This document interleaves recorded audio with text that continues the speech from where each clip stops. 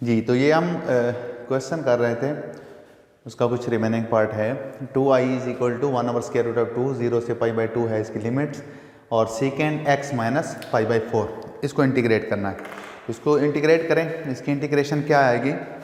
इसकी इंटीग्रेशन आएगी i is equal to, ये 2 इधर जाके इसके साथ डिवाइड हो जाएगा, 2 इंटू √2, और इसकी इंटीग्रेशन आ जाएगी नेचुरल लॉग ऑफ, क्योंकि सेकेंड थीटा की जो इंटीग्रेशन होती है वो होती है natural log of second theta plus tangent theta. तो ये आ जाएगा सेकेंड थीटा की जगह क्या है x माइनस π/4 और प्लस टेंजेंट x माइनस π/4, और लिमिट है कहाँ से कहाँ तक?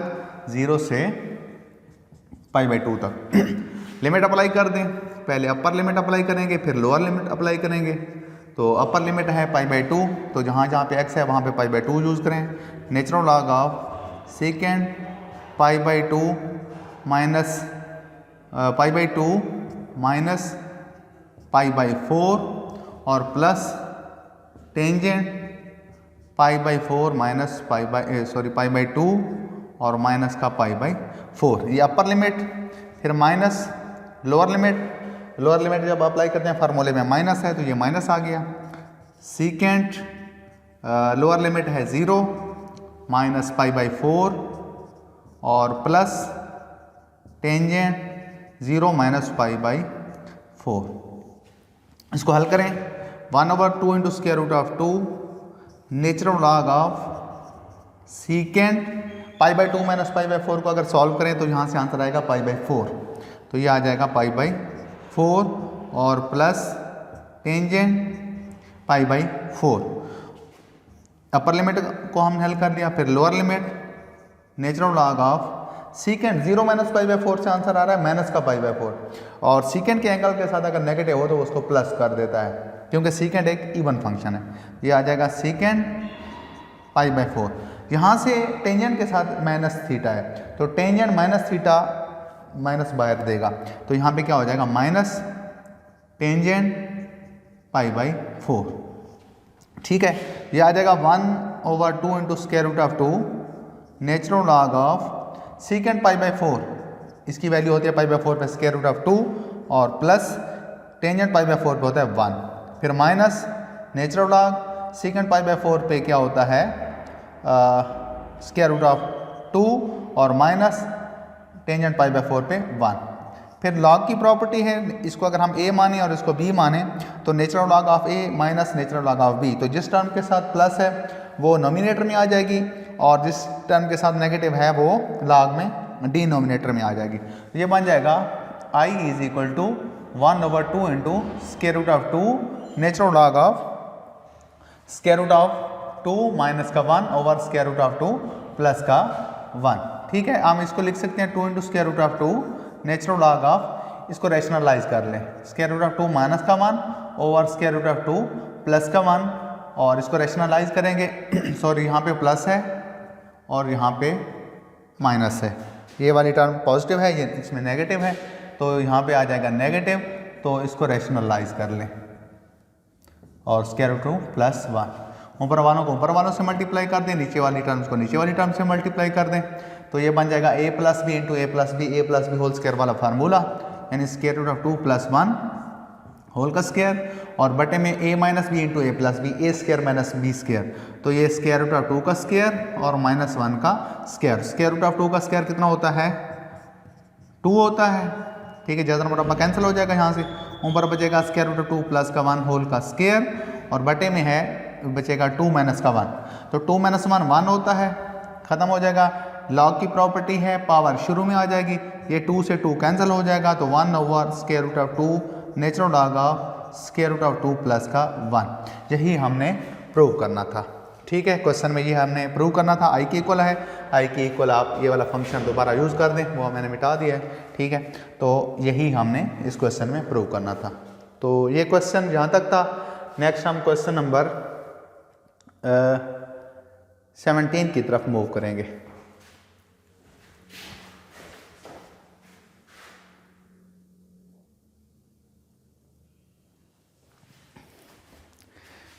ये तो क्वेश्चन स्टार्ट करते हैं। Question number 17। क्वेश्चन नंबर 17 है integrate the function from limit 0 to π/2 x over 1 plus sign x, और इसको इंटीग्रेट करना है x के लिहाज से। इक्वल हमने प्रूव करना है पाई के, यानी इस साइड को हमने हल करके पाई के इक्वल हमने इसको शो करना है। ठीक है, तो सबसे पहले इसके सोल्यूशन में मैंने इस सारे फंक्शन को लेफ्ट हैंड साइड को आई कह दिया है। ठीक है, वही जो रिज़ल्ट हम बार बार यूज़ करते आ रहे हैं थ्योरम का, कि हम x को रिप्लेस कर सकते हैं अपर लिमिट माइनस x के साथ। ठीक है, इसमें हम चेंज कर दें, हम इसको लिख सकते हैं बाय थ्योरम 0 से π/2, और इसको चेंज कर दें पाई माइनस x के साथ। ठीक है, π/2 अपर लिमिट है π/2, और बटे में भी 1 प्लस साइन x की जगह π/2 और माइनस का x d ऑफ x। आप बेशक आगे लिख दें बाय थ्योरम। ठीक है, बाय थ्योरम हमने ये रिजल्ट यूज़ करते हुए इसको ऐसे लिखा। ठीक है, तो ये बन जाएगा 0 से π/2, 0 से π/2, सॉरी यहाँ पे लिमिट जो है ना वो पाई है।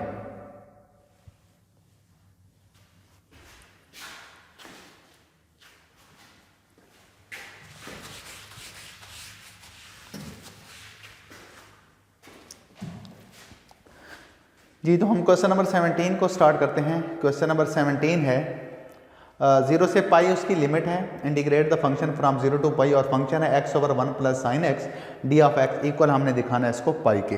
ठीक है, मीन्स के हमने लेफ्ट हैंड साइड को हल करके राइट हैंड साइड यानी पाई के इक्वल इसको शो करना है। तो स्टार्ट करते हैं सोल्यूशन। सबसे पहले लेफ्ट हैंड साइड को मैंने क्या कह दिया आई। ठीक है, फंक्शन है 0 से पाई x over 1 plus sine of x d of x। वही थ्योरम जिसकी हम स्टेटमेंट बार बार क्वेश्चन में यूज़ करते आ रहे हैं, मीन्स कि हम x को चेंज कर देंगे, रिप्लेस कर देंगे अपर लिमिट माइनस x के साथ।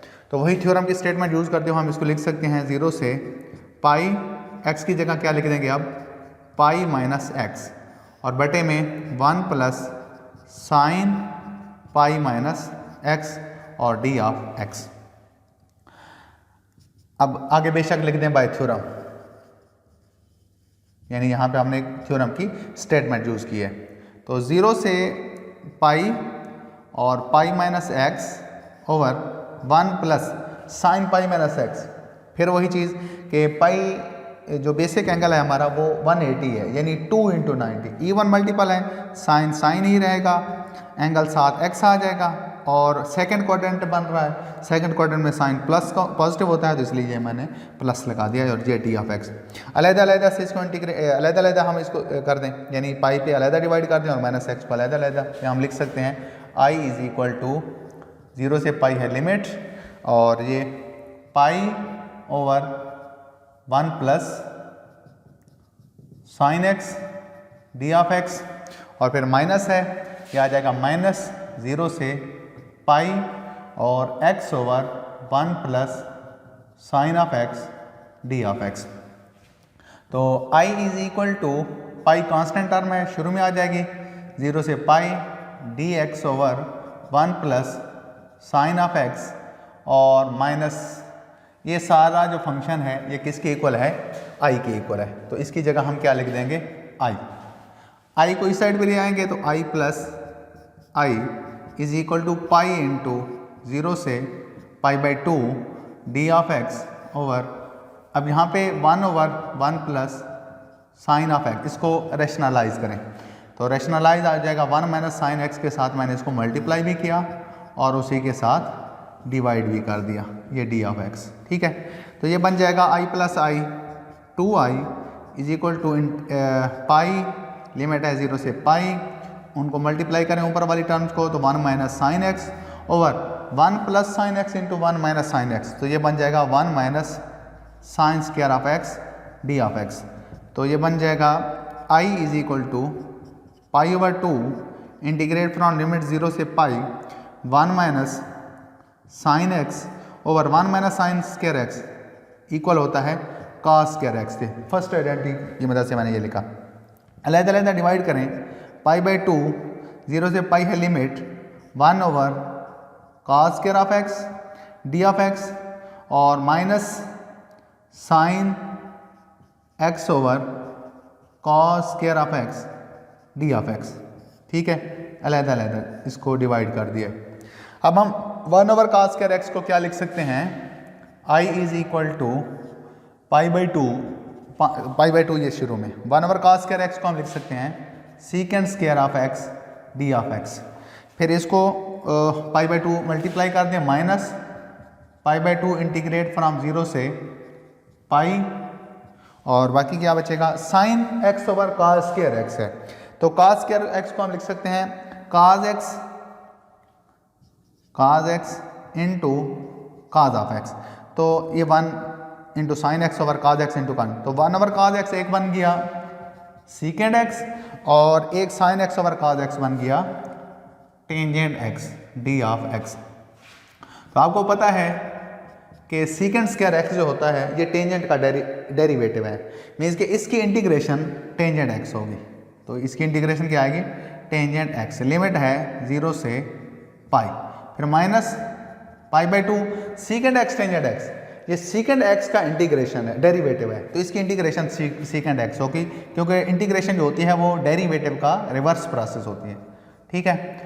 0 से पाई है लिमिट, तो अब इस पे इन दोनों पे लिमिट्स अप्लाई करें, अपर लिमिट और फिर लोअर लिमिट, तो अपर लिमिट अप्लाई करेंगे तो टेंजेंट पाई माइनस टेंजेंट 0, ठीक है, और यहाँ पे भी minus pi by two secant pi minus secant 0, तो पाई बाई टू टेंजेंट 0 कितना होता है पाई 0 ही होता है एक्स एक्सिस पे, 0 माइनस 0 और minus pi by two secant pi minus 1 होता है, और माइनस सीकेंड 0 कितना होता है ये प्लस का 1 होता है, तो ये बन जाएगा ये सारा 0 हो जाएगा, माइनस का पाई by two into minus 1 into minus का 1 माइनस का 2, अब इसमें मल्टीप्लाई होके ये क्या बन जाएंगे, ये आंसर क्या आ जाएगा 2 से 2 कैंसिल हो जाएगा, माइनस माइनस प्लस हो जाएगा, तो ये पाई के इक्वल आ गया, आई का आंसर क्या आ गया पाई, और यही हमने पाई के इक्वल इस फंक्शन को प्रूव करना था। आई किसको बोला था 0 से पाई, और फंक्शन था हमारा x over 1 plus sine of x D of x, और इसको इक्वल हमने प्रूव कर दिया पाई के। तो ये था क्वेश्चन नंबर 17। इसके बाद हम क्वेश्चन नंबर 18 की तरफ मूव करते हैं।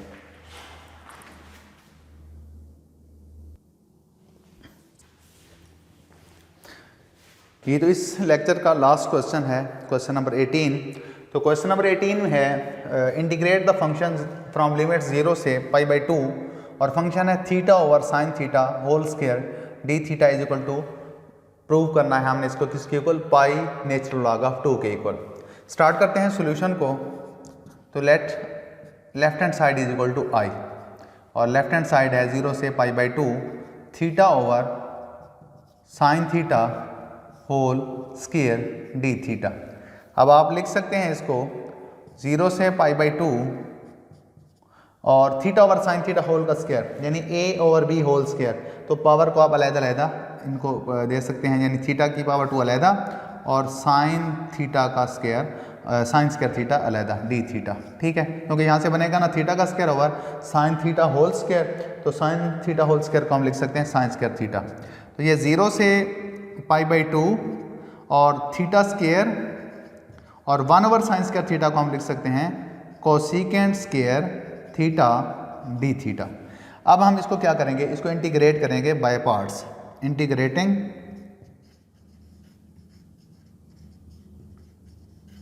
By parts.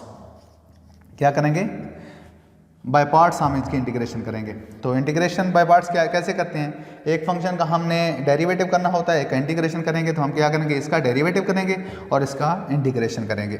जिस फंक्शन का हमने डेरिवेटिव करना होता है पहले स्टेप में हम क्या करते हैं उसको एज इट रखते हैं, ठीक है, और जिस फंक्शन का इंटीग्रेशन करना है उसको इंटीग्रेट करें। तो कोसिकेंट स्क्वायर का इंटीग्रेशन होता है माइनस का कोटेंजेंट, ठीक है, थीटा है एंगल तो ये साथ थीटा आ जाएगा, फिर माइनस, फिर लिमिट, और इसमें क्योंकि लिमिट्स भी दी गई हैं तो हम यहाँ पे ये लिमिट्स भी लगा देंगे, ठीक है, 0 से पाई बाई 2 और 0 से पाई बाई 2।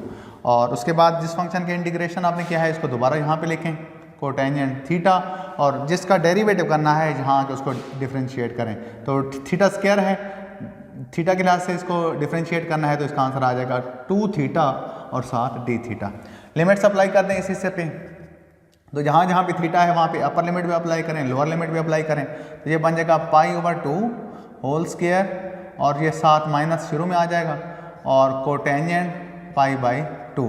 फिर फार्मूले में है माइनस, ठीक है, लेकिन इसका माइनस है तो इसको प्लस कर देगा, यानी लोअर लिमिट से पहले माइनस आता है और ये वाला माइनस उसको प्लस कर देगा, यानी 0 का स्क्वायर और साथ कोटेंजेंट 0, ठीक है। तो इस हिस्से पे लिमिट अप्लाई हो गई।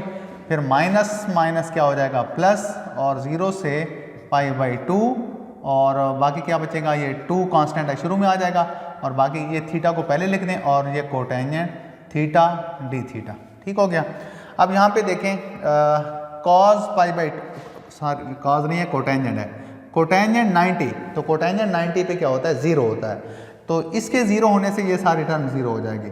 इसी तरह ये 0 मल्टीप्लाई हो रहा है इसके साथ, दोनों 0 + 0 कितना हो जाएगा 0 हो जाएगा, तो बाकी क्या बचेगा 2 और इंटीग्रेट द फंक्शन 0 से π/2 थीटा इंटू कोटेंजेंट थीटा और डी थीटा।